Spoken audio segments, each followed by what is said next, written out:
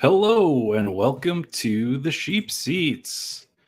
I am your host, Matthew, aka Sheep, aka Dark Sheep, and this is the final episode of football month. And we got some friends in the building. We got FF Nonsense and Chipsies here, and for this last until baseball playoff contest is over, we are going to be talking football tonight with someone who you may know as B. Kurt, Bernie, and S. Jackson, Silas Jackson, two of the excellent contributors over there at the Spike Week Mind Hive. I don't know why I just called it that, but that was the first thing that came in. How are you guys doing? Doing good. It's an exciting time to be here. We have 1 week until kickoff. The grind is real the next 7 days. So it's exciting to be on stream with you. So that's the first question. Silas, how many drafts have you done? What's your future look like? In total across the three sites, I'm at over 550, 400 alone on Underdog. Bernie, what about you? Yeah. So I'm at 400 total, and I'll probably end up at about 450. All right. So far beyond my, I got a bunch of slows in the eliminator going on, but Best Ball Mania, we got 29 entries. So this will be the 30th one for me. Probably get to about 35. So yeah, let's just get into it. I know, someone had asked about getting in, so we're entering now. And let's make this full screen. Make it a little bit.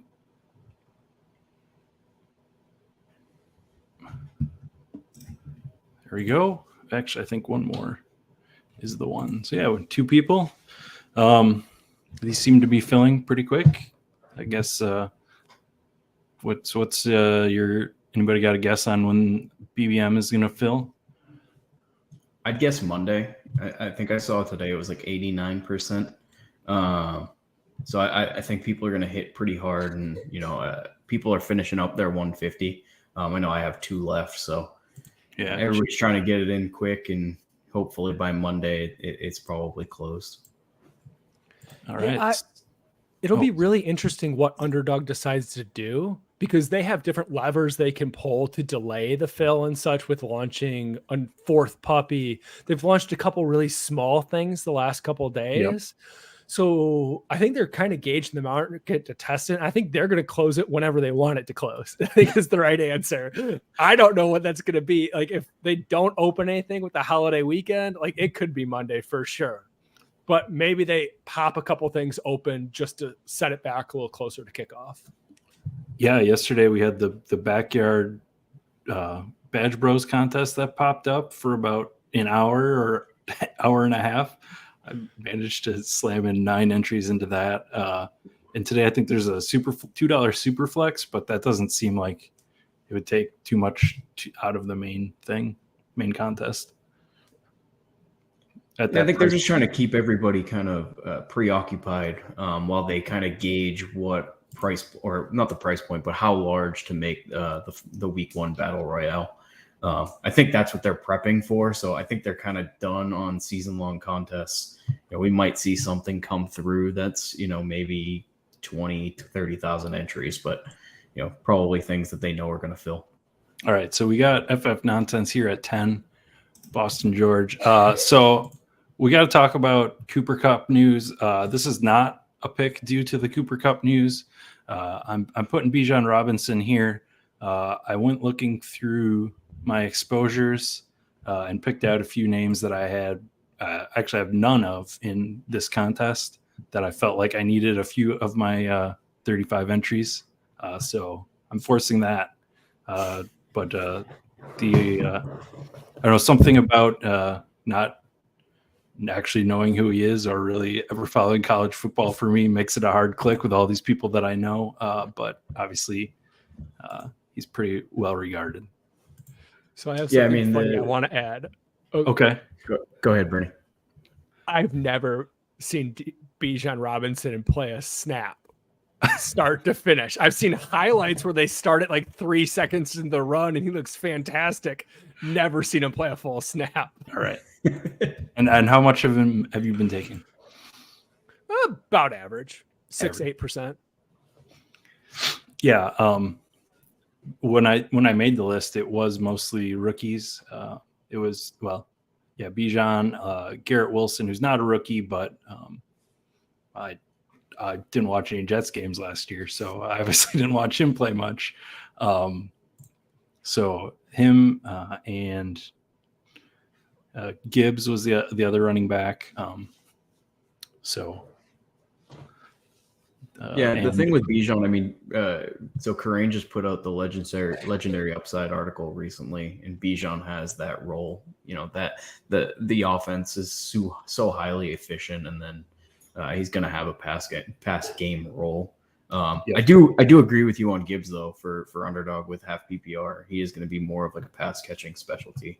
So I definitely don't have as much, and probably am low owned like you. All right. Probably take one of these 3 wide receivers now. I have not updated my rankings. Just ran home from work to do this.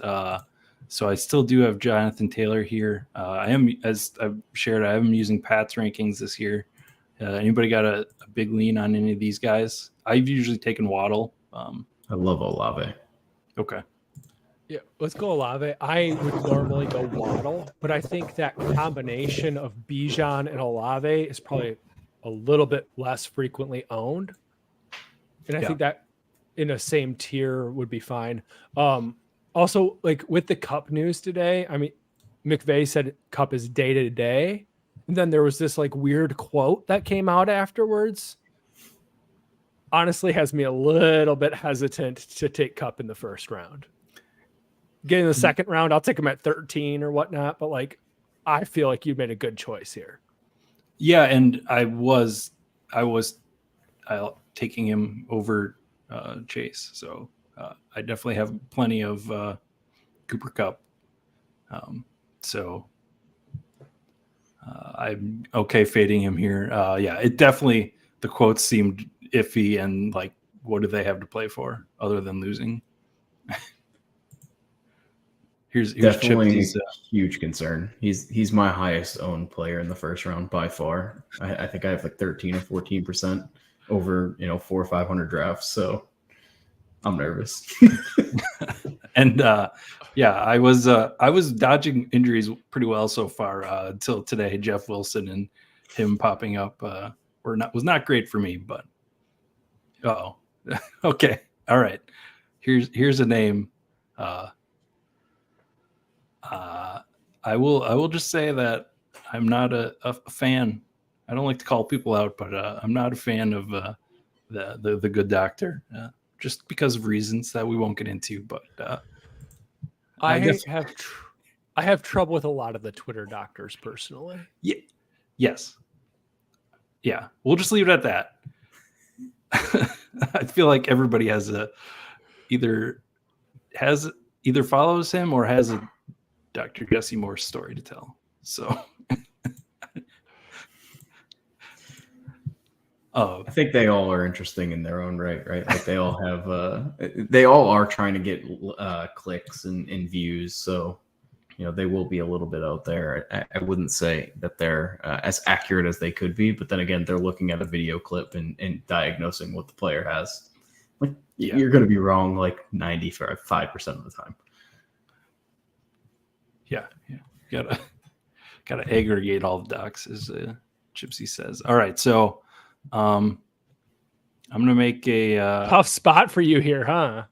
It's not. If you've watched any of my shows, Lamar is my highest owned in money and percentage.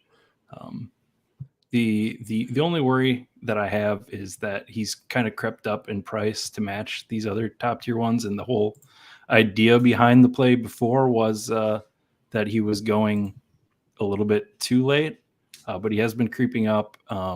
But at this point, I just want to lean into it as a aggressive stance. Yeah. I was more messing around because I was watching your stream the other day where you said you had 33% Lamar, and I was like, interesting. I have quite a bit, but it's not 33%. Yeah, and if I was playing 150 entries in this contest, I wouldn't do that. But as someone who plays at a medium amount of entries, I'm more interested in leaning into some players. And for that, like my question for you, is there a reason why you're not trying to max enter? Is it a bankroll issue? Do you not like the structure specifically of BBM? Yeah, it's purely bankroll. Yeah. If I had some money for the baseball playoffs, right? Exactly. If I had hit some more baseball dailies, and I do overall enjoy drafting the football battle royales more than this, and I like to make sure that I don't have to deposit to have a good start on those too. Yep. But I also think that too many people max enter too many contests. I know we started off with all the contests you guys are entering, but as far as the general population goes, I think people just sort of fire and deposit because it's there and don't really think ahead to the whole season and what their plan is for if they want to play battle royales, if they're going to play DFS. For me, all of this is one bankroll. I don't separate it out. So make sure. Yeah, I think that's definitely true. I think people definitely probably exceeded their bankrolls this year. There were so many freaking contests. And it's just kind of starting like the best ball is truly starting to explode. I mean, we really saw it last year, but this year, like they've just been releasing contests on the weekly and people really want to ape in. Right. More people in Discord. Here's another guy on my list. This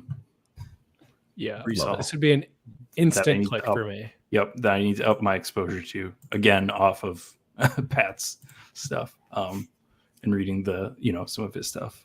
And lately on his shows or the shows he's been doing, he's like, maybe I've been low on him, and somehow he's been. There's no way Pat is low on Breece Hall. Every time they draft, he drafts Breece Hall. There's no way. Yeah, like I just listened to Pat on that just to confirm my priors. That's all I'm doing. It's like, oh yeah, I'm right because Pat says so. But like, I'm not listening to any non-Breece Hall takes. Yeah, and really the thing that sold me on it as a delirious ex-Aaron Rodgers fan being in Wisconsin, the idea that he could perform that Aaron Jones role and be that pass catcher is just really the important thing to me because Jones just picks a couple of, or not Jones, Rodgers just picks a couple of guys he likes and he'll target them. So even though he brought his friends in, those guys are not very good. I think he got them the contract that he's smart enough to use the best weapons he has. I mean, I was definitely scared of Dalvin Cook for a little bit there, but as soon as Breece started practicing, Aaron Rodgers was like, "Yeah, this guy's good, so we're gonna play him." Yes, yeah. I think I have tons of questions of if they're gonna run that slow milk down the clock offense that they did in Green Bay, or if Aaron's just gonna take all his reads and use all his time. So I do have that fear, but the efficiency of the guys that he does choose is always high. I'm going to need FF nonsense in the chat to explain why you didn't stack Justin Fields there. Okay.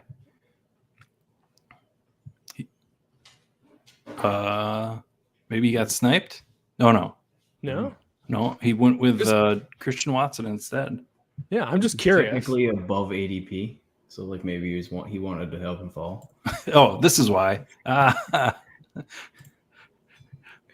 Okay, maybe we thought we could push him around. Yeah. I'll also say to FF Nonsense, he says this is his first year drafting DJ Moore, and he can't stop clicking him. Well, this is like the fourth year of all of us drafting DJ Moore. You'll quickly understand why we very well can stop drafting him.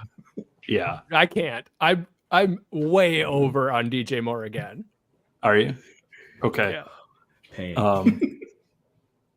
Actually, I'm going to go Christian Kirk here. I usually take Lockett at this decision. I am worried about McLaurin, just turf toe lingering or whatever. So I'm going to take Kirk there.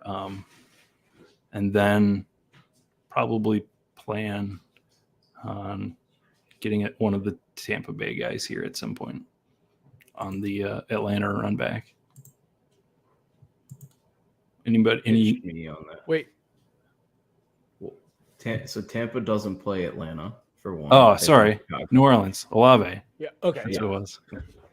I was about to ask why you were in on the Tampa Bay This guys. this is the other reason I am not maxing 150. I haven't memorized the schedule yet. Come on, what am I hosting a show for? So you want to know how much of a football degen I am? Yeah. I was sitting there following all the beat writers for the teams on schedule release day, trying to get all the week 17 matchups before the NFL officially released it at 8 p.m. or whatever. Yeah, it's a problem. I mean, we all have our things, right? I respect it. I fully respect it. Yeah. So nonsense. He has a plan here. Hasn't been clicking Fields, which is interesting because I feel like the biggest benefit of DJ Moore is believing in Fields as a passer. Well, yeah, it's fading the market of this coaching staff is going to do something new, going to innovate that they didn't show last year because they have different players on the roster or something like that.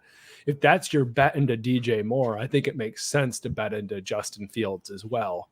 I can't bet into DJ Moore and not Fields, I guess, is where my brain's at. But I think that's one take where there's probably 5 or 6 legitimate takes out there. Yeah, I don't necessarily think you need to be betting on Fields' pass efficiency. You just need to essentially think that DJ Moore is going to, be able to have a good yard after catch ability. Touchdowns may or may not be there, but as long as Fields can get him the ball in space, which doesn't necessarily mean he's a good passer, DJ Moore should pay off his price. Mm-hmm.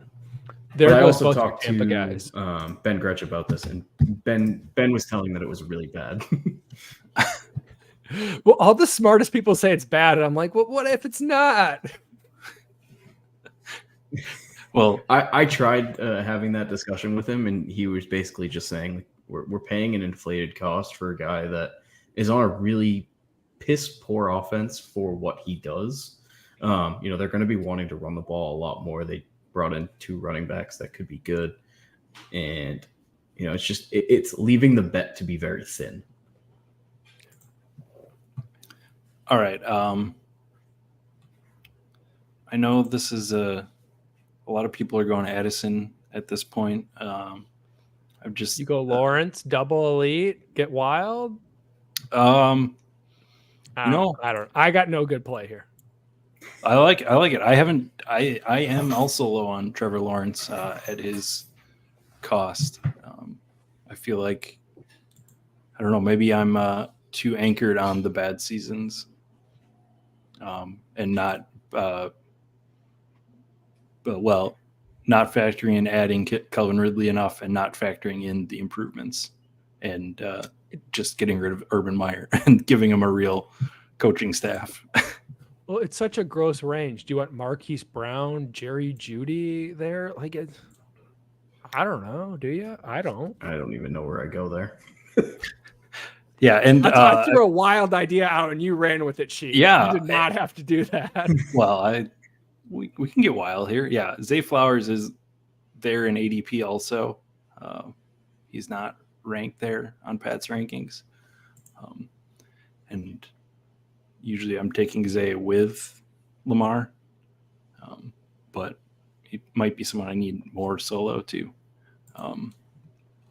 But yeah, based on what we've done so far, I do have to hit wide receiver now. So I'm just turning on the wide receiver button to not get distracted into a tight end or something right now, or a running back. That's I did like the Pittman pick, even if it was ahead of ADP. So him falling back's nice. I mean, Yeah. Zay's obviously there for the stack. But to Trevor Lawrence's point, right? Like, I think we just need to like disregard everything that happened in that first year. Like he looked pretty decent last year, and he's the generational quarterback prospect, right? Right. Like, I'm just betting on the talent. Yeah. Eventually, it'll pay off in a significant way.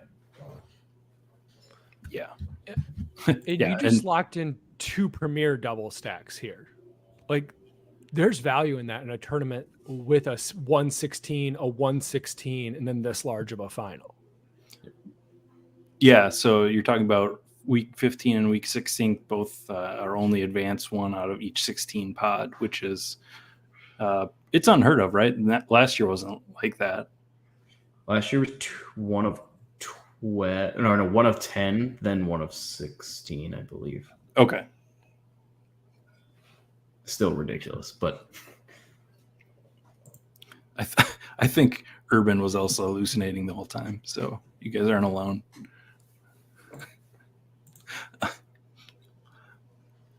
Yeah, it's just something about Michael Pittman. I feel like, and maybe this is a factor of my love of the blitz, but it feels like his Sunday price is always a good price to projection based on that system, and I think he could be a little bit underrated if the quarterback can throw. But again, I don't know. If you guys I liked him a lot more when they had Jonathan Taylor, right? Yeah, true.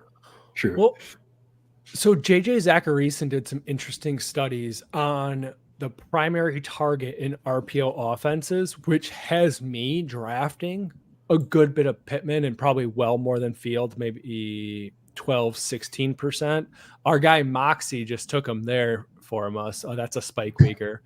And but I do actually really like Michael Pittman. So I don't want to go down as a non-Pittman guy. Like, there's realistic outcomes. The offense is so concentrated, and he's the only read on those RPOs with Richardson that he explodes for something that this is not pricing in. Okay. I feel like that's. Oh, go ahead, Silas. Nope, go ahead. Oh, I was just gonna say, I feel like that's the new hot is the RPO analysis this year. Yeah. QJ, good value, but I think Bateman makes the most sense as the double. Yeah, I agree. I am not afraid of Odell Beckham at this point in his career. So I actually have told Bernie this. I'm actually in on OBJ this year. Okay. You don't pay a man $16 million not to use him. And I understand, like, he has torn both his ACLs, but he was not dust before he tore his ACL in the Super Bowl with the Rams. Like, he clearly had to have had shown something in his workout and tryouts that they were like, yeah, he's worth it. Yeah. And they're just like I said, they paid the man a crap ton of money. He's probably going to play, 75+% of snaps, and he's going to be a pretty good red zone threat. Fair enough. So I don't think you can whoa your own pick. I don't think that's allowed on stream comments. But he did say they had a plan, and we now know what the plan was. It's Daniel Jones. The plan was Justin Mayfield. Fields Sr., Daniel Jones. The plan is still Baker Mayfield. He grabbed both bucks. Yeah, true. True. That was I was watching Pete's stream this morning, and Easy was sharing his Baker Mayfield exposure being 12%, which was, I think, a surprise to most people. But it sounds like he's building a lot of 3 quarterback, 3 tight end late or correlated tight ends. So probably has a ton of Kate Otton, right? Yeah, and a lot of Mike Evans. So he's making that bet along with it. So I think it all makes sense together. It's just when you hear it, nobody else is really saying, "Oh yeah, I'm trying to get Baker Mayfield a lot." Okay, I have Baker because I'm a QB masochist. But I've been really holding off the last month or so. Okay. What is your definition of masochist? Just waiting forever? Waiting. But also I'm primarily playing on DraftKings where waiting can be quite beneficial in the 20 rounds. Okay. So it's a little bit different than Underdog, where I think I'd press more. Yeah, my strategy right now is just draft Anthony Richardson, and that's about it. Yeah. So I'm going to take the double Jacksonville. I think the price on Ingram seems a little bit high to me, but in general, I'm going to put him here on the stack. And then I need to tell you I did my work league draft last night, ESPN standard format, and I was like, I was obviously targeting Lamar. I was going to take Lamar, and then he got taken right like 2 picks before my third pick.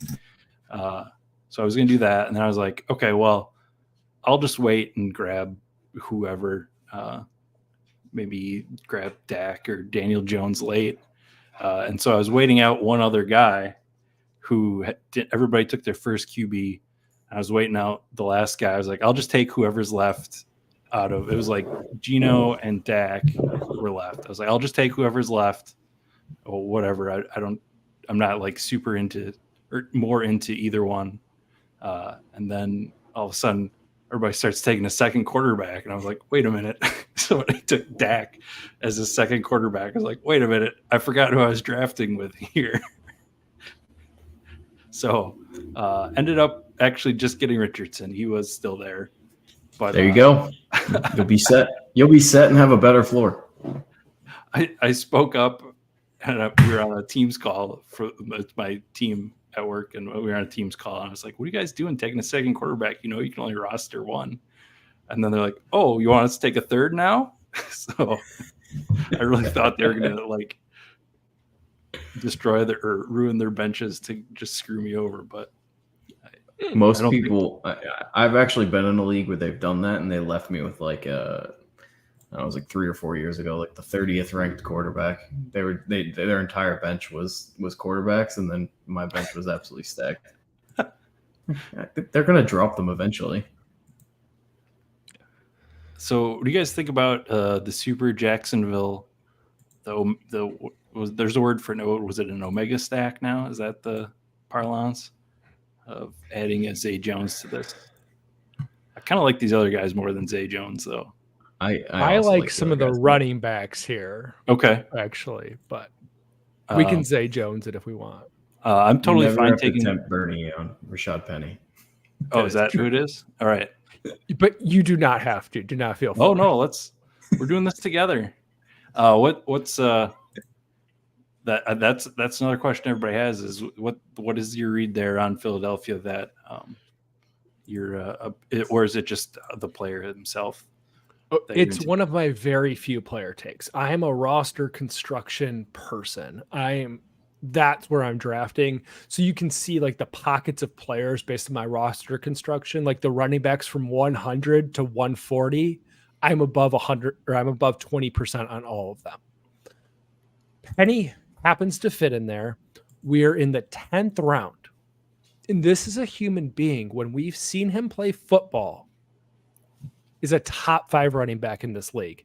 So he is like one of my 3-4 player takes, and he fits into the area where I like to draft running backs. So I'm at 33% Rashad Penny. I don't really give a rip if he plays 8 games this year. I didn't care if he got cut by Philadelphia because he was getting signed somewhere. As long as Rashad Penny plays 6-8 games and I can get 2 of those in the playoffs, he is worth a 10th round pick. Okay. 100% agree. Like he's one of the most efficient running backs we've seen, and he's behind one of the best offensive lines in football. They didn't sign him to not use him, and the fact that there was one, I'm not gonna point out one beat writer who said he was gonna get cut.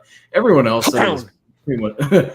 Everyone else said it was a bullshit. So you just gotta have listen to the right people, and they think he's gonna be involved. whether he's the goal line back or not, like he has the big play, explosive play ability.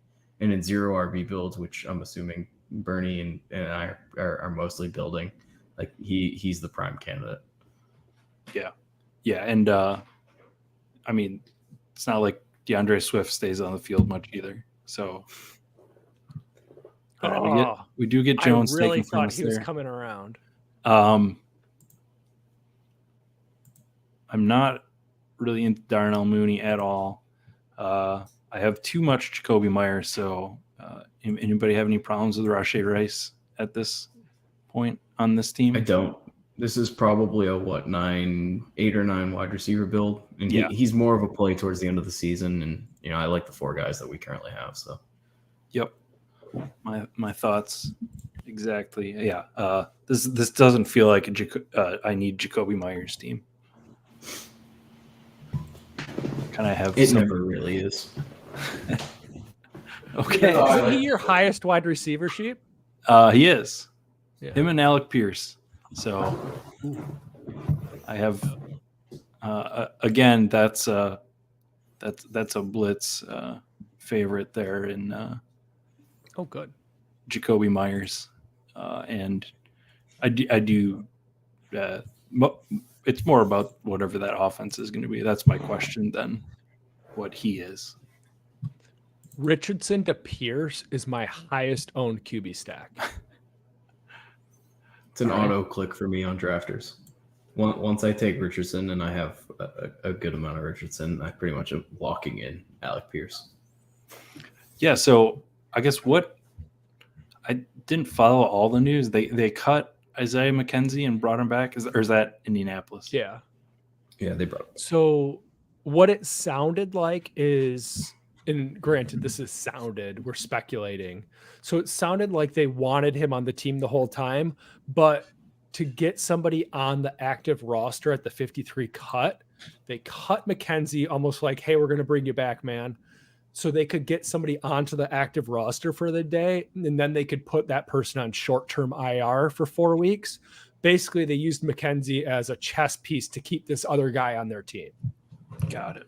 But I mean, they still only had 4 receivers with McKenzie, right? Right. Silas? Yeah, they still are at 4. And I believe they used him as the chess piece to get Jelani Woods on IR, because you have to keep the guys that are going on short-term IR on your active 53. So he made the initial active 53. Then they made a couple waiver claims, brought in or took McKenzie and cut him, but had a handshake agreement. Hey, we're going to bring him in. Well, the difference is that the Eagles have A.J. Brown and Devonta Smith. Don't forget Olamide Zaccheaus. I did. I don't even actually. I'll be honest. I don't think I knew that to be able to forget that. Him and Quez Watkins, they're great 18th round picks. Any Laporta supporters? I did take him in my 5-5-5 the other day as my first tight end. So we are highly invested now. Of 3 in total? Sam Laporta. You ended up with 3 total on that then? Oh, no, that was in the DraftKings $555 tournament. So 3 tight ends or 4? 2. Oh, okay. Love it. All right. I am taking. It could have been 3. He was another guy on my list of rookies that I was ignoring. That I don't know that he's any worse than the other guys I'm clicking, especially at this point. And I have my Alec Pierce pegs packed. So he's a guy I'm surprised didn't rate, his ADP didn't raise enough throughout the offseason. The drum beat was always, and the hype was always there, but drafters just kind of had him stick. Sorry about this. Oh, that's all right. I'll jump in on Mingo. Who the fuck is Jonathan Mingo? Ole Miss rookie. No, it's a joke. But that was DK, Mingo has this sick picture where he's looking like a badass, but here he has no picture, so maybe that's why he didn't rise. No, Brick said that one day on a show with Pete Lowles about Mingo. That is a callback for the community. At that point, I was in the same boat. I didn't know who it was. I just knew people were taking him. And then since then, DJ Chark's been hurt. I think I don't know how long he's out, but and everybody's out. Everybody's out on Adam Thielen. So, like, why hasn't he risen yet? It doesn't make a ton of sense. Yeah, like he's gonna have a day one role, and he's basically gonna grow into developing with Bryce Young. Like, hopefully they kind of develop at the same time. Like, it just never made sense to me. Even though he was my 16th round darling on day one with no ADP. Trying to pump up my bags, It didn't work out too well. Get it. You get the best way to get closing line values, convince everybody else that he needs to be taken higher. I think it's a little too late for that, unfortunately. Influencer status. You got to get higher influencer status. All right. I don't know here. I'm tempted to go Cole Kmet here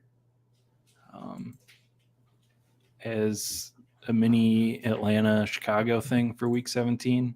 Otherwise, I could take Roschon Johnson, but I think I like that better. No, I don't really.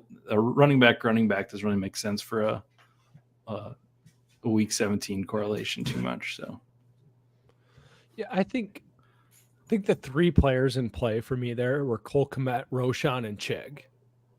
And it really depends on your feelings on Chig. There's good things out there. There's bad things. Like I lean towards trusting some of the people with the good things, but he's a wild card. I think when you have Evan Ingram as your one, he's more of your boom buster, where maybe Cole Kmet can fill in those weeks where Evan Ingram's just not part of the game plan. Okay. Yeah, that's absolutely why I did it. I'm not just saying that now after the fact. I like that logic though. Yeah, I mean, I've done some research too that even in the playoff weeks, to get the number that you need to advance, you don't need a giant score at tight end. And some of those safer tight ends are actually better picks, even if they don't have the slate winning upside that you need in week 17. We are pretty light on week 17 here, but not too worried about it. We can always throw another Dolphin piece at the end.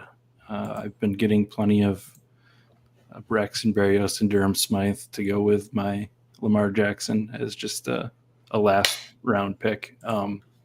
So, Bernie, I know you're more on DraftKings. What's your overall feeling on this season's draft, and then where you think next year's going to go? So this year, the wide receivers moved up on all sites, and I think that's here to stay. When we look at drafts next off season, it's going to be here to stay. What I don't think is here to stay is the second round quarterbacks. I'm not big into second round quarterbacks, and I think the general community will realize that was a mistake after this season. Okay. Silas, any agreement there on that? I don't fully agree with the early quarterbacks. I think they're actually being priced pretty well with what they can do in the field, especially on DraftKings. The one thing we definitely saw were wide receivers pushed up, and people just started to react to the news, and we saw ADP swings pretty regularly, showing that it's not really or ADP and rankings and news isn't as exploitable as it used to be. The people that are drafting, are paying attention to pretty much everything that's going on, and it's only going to get harder. So I think rankings, as crazy as they are, they're going to be pretty wrong, but they're going to get more right. Whether that's only 5 to 10% could be whatever, but it's definitely showing how the market's definitely more involved in what best ball has done to us. Okay, yeah, Yeah, so I'm going to take an upside shot here at Jalen Hyatt. He's further down on the ranks, but um, I am trying to avoid Alec Pierce here, and none of these other guys really excite me as upside plays in this wide receiver group. So something I have been thinking about in terms of next year is, and sort of piggybacking on the increased efficiency you think you're going to see next year, is I do wonder if this year is like the last good year. It's going to be incremental change each year, and the field's going to get better and better. But mostly, this was coming off the Law's discussion this afternoon about if DFS was dead, and some of the stuff that Brick's been doing for his auto draft tool, and just sort of where the tools are going. I do wonder if this is the year to really go hard before next year, and we see a new set of tools. A lot of the tools right now are that are available to the public, at least, are all like portfolio analysis tools. There's not a bunch of draft tools. I mean, obviously, Spike Week has a very nice draft tool in looking at the information of some of the secondary information of the players and the schedule, and it helps you load that. But just seeing like easy spreadsheet that's building in correlation and projections, and I feel like those tools that people are using in private even now are going to become more public next year. So it's just something I was thinking about today.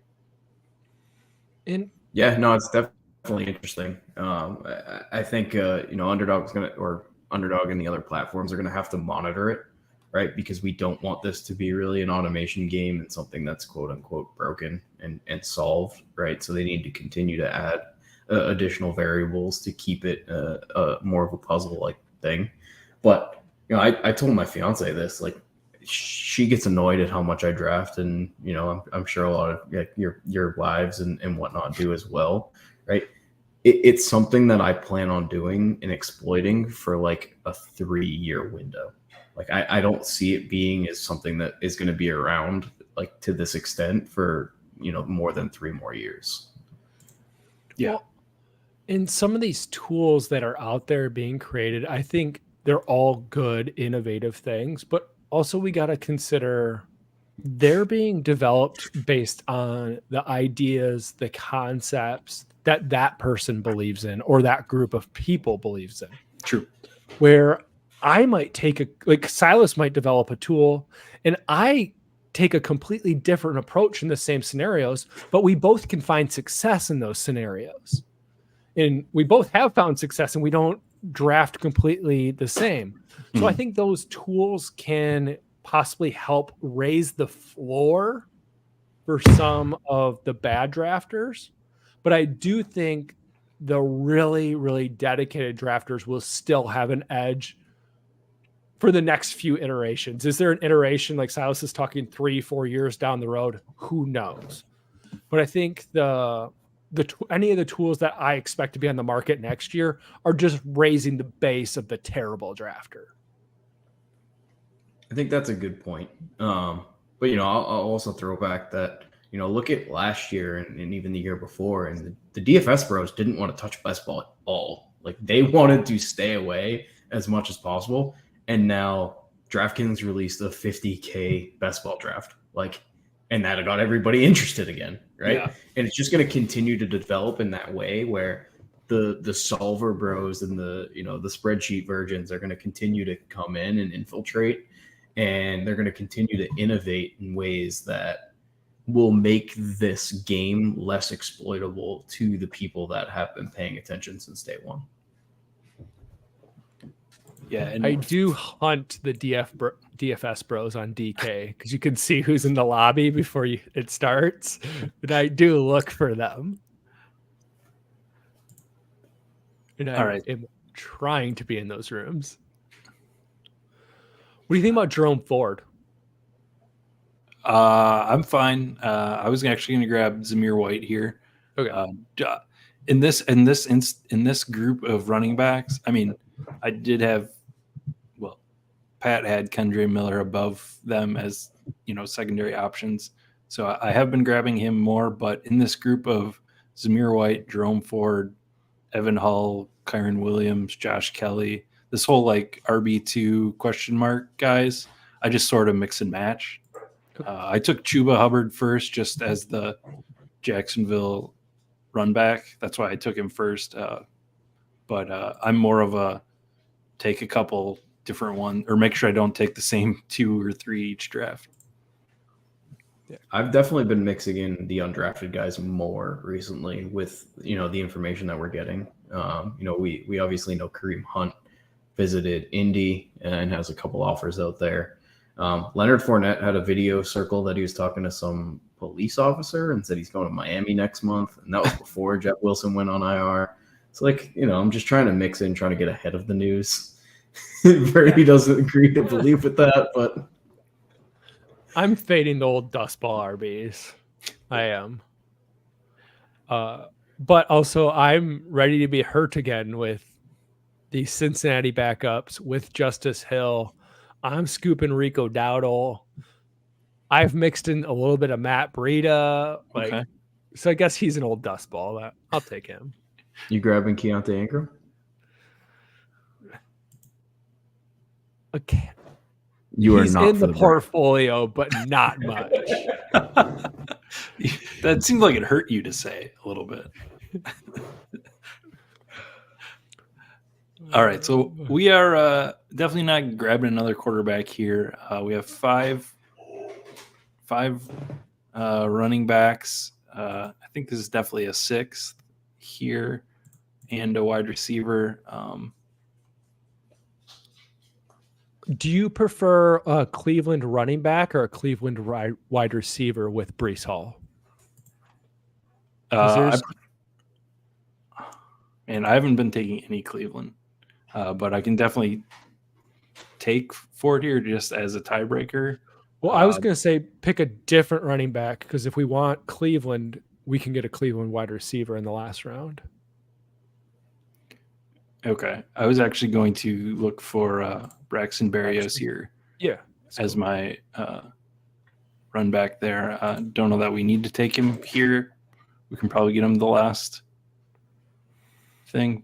But I guess, where are you guys at on this group versus adding a tight end? I personally would probably be done at 5 running backs. Okay. I would probably be pushing for another wide receiver just because my first one is Olave and then Kirk. And then you have 4 rookies. And rookies are pretty known to not always be as helpful early in the season and can break out later in the year. And, they're pretty much a wild card in terms of actually breaking up. Yeah, I can see that. I've been, this is just in general, been trying to take less wide receivers, but that is based more on the fact that I usually take them early. I don't take this many running backs and QBs in the first 6 rounds. So that was something I was trying to do better this year, was stopping at 6 and 7. But definitely this build, I see that. And I think on this build, you can make a case for anything besides a quarterback. I don't think any of them is necessarily the wrong answer. It really comes down to what Silas was referring to as like the archetypes of these wide receivers. Got a lot of rookies, a lot of boom bust fellows. But like, if you were like, I really want a 6th running back, or I wanted a 3rd tight end, like, I don't think you're wrong. I wouldn't do a 3rd tight end with these clowns, but what are you going to do? Yeah. I think if we had not taken Colt Kmet, I would be taking 2 and 3 back here. But I like this idea. Michael Mayer's good at football, and he's sitting there in the last round. Like that's a flaw in this draft room, not necessarily us. Yeah. If we had taken a Indiana bet, I might do that. That's usually where I grab him. And I don't see a bunch of You grabbed Tutu off the Cup news, just thinking that he's going to be involved in 2 wide receiver sets. Cup Sure, injuries. And that gets you Hyatt, Tutu.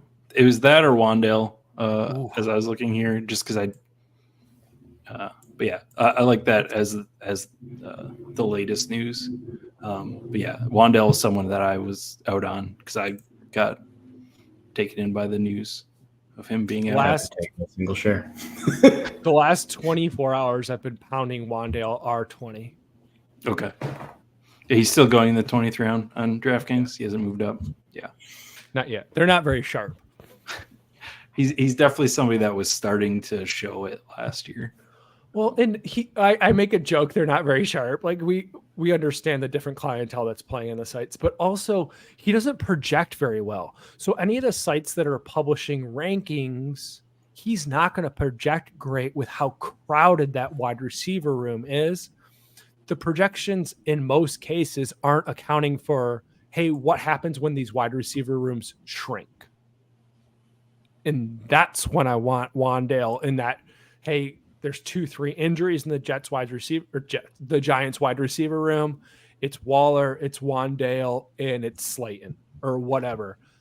Okay, now Wandale's target percentage has greatly increased over any summertime projections could imagine. Yeah, that's the reason Isaiah Hodgins is going higher now, is because he was the guy that survived. Mm-hmm. So definitely like that idea. All right, so we ended up 2592. This is might be my only build of that range. We got definitely my only Lamar Trevor Lawrence quarterback room. So that's that really intrigued me when you threw it out there on the fly to try to build. Then we got Bijan Robinson, Breece Hall, 2 guys. I'm trying to grab a couple more shares of in my small portfolio on BBM. Just those legendary upside guys that I've been missing on. Rashad Penny, Chuba Hubbard, Zamir White. This we stopped at 5, just betting that those early choices hit. Draft like you're right, so to speak. And then we bunched up a weird group of wide receivers: Chris Olave, Christian Kirk, Zay Flowers, Rashad Bateman, Rashee Rice, Jonathan Mingo, Jalen Hyatt, Braxton Berrios, and Tutu Atwell. That's definitely not a group that a lot of people are going to have. And then 2 tight ends, Evan Ingram, Cole Kmet. So the Jacksonville, Baltimore double stack. Do we? Nope. We only ended up with 1 guy from Baltimore. No, we did get Flowers and Bateman. You're right. All right. So definitely an interesting build for me. As I've been trying to grab those couple of guys that I want a little more exposure to, I do find it really throwing off the whole build style. I don't know if you guys notice that, if you're trying to do something similar right now. Yeah, I mean, if I'm trying to specifically grab specific players, I do find myself in somewhat of a weirder build because I'm prioritizing that player in a spot that I might not have early on, or I'm thinking about it early and, I'm not necessarily fully committing to that idea. So I've done a lot of elite QB with A Rich, and I've done A Rich with 3 quarterbacks, and he's my priority right now, and just however that build comes out, I want as much exposure to it as possible. Yeah, and I think taking what you two said there and kind of smushing it and thinking about our draft here, we just double stacked 2 elite quarterbacks. We just took 2 of the top 5 running back talents in the league. We have week 17 correlation for 5 different games. Even though this build felt a little bit different because we've took some players where maybe that are a little bit uncomfortable, I think we did it in a way that makes this team have really high upside. Mm-hmm. It could finish 12th in the league, but man, if this team hits, it has that type of ceiling that you want out of a team that hits. Yeah, I think the best part is you can get a low owned stack through, and because we double stack 2 different teams, right, you have leverage over the rest of your field. Like if the Ravens, like as they project, if the Ravens do blow up this year, they're not going to really be a team that you want in the playoffs. And the Jags might necessarily be like an average advanced rate team, but it's going to give you significant leverage on the rest of your pod to advance through the next week if the Jaguars have a good week. I mean, we saw it last year with Jacksonville doing that exact thing. But Bernie, you just earned yourself another repeat visit to the cheap seats with that type of encouragement. I just wanted to make us feel good at the end of the stream.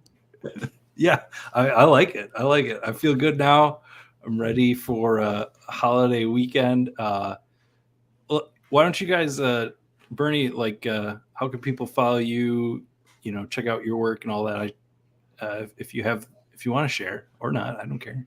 Yeah. Welcome to follow me on Twitter at bkurt4_ because the other one was taken without the underscore. Stupid Elon. You'll mostly find memes of me making fun of people like Najee Harris about once or twice a week. Otherwise, if you do follow Spike Week on YouTube, I do create 2 to 3 shorts a week. Really talk about my player takes, my roster construction. You can see who I'm standing and who I'm really vibing and drafting with that week. And Silas, what about you? Twitter is at SilasJackson15. Won't catch a lot of my work because I'm mostly only doing media production right now. The written content has kind of been on hold due to the wedding. So, next year, hopefully we'll have a lot more written stuff out there as we continue to expand over at Spike Week. Follow Spike Week. It only helps me and Bernie and gets the guys to continue to grow. Give us a subscribe as well. And check. Otherwise, you'll see me in the draft streets. Yeah, and if you're not in the Spike Week Discord, definitely hang out there at times too. And these guys are always there. Bernie making jokes and Silas helping people. No, trying. All right. Thank you guys for watching. That's fair. Thanks everybody for watching. Thanks Bernie and Silas for joining me. Everybody have a good, safe holiday weekend this weekend, and we'll have some football soon.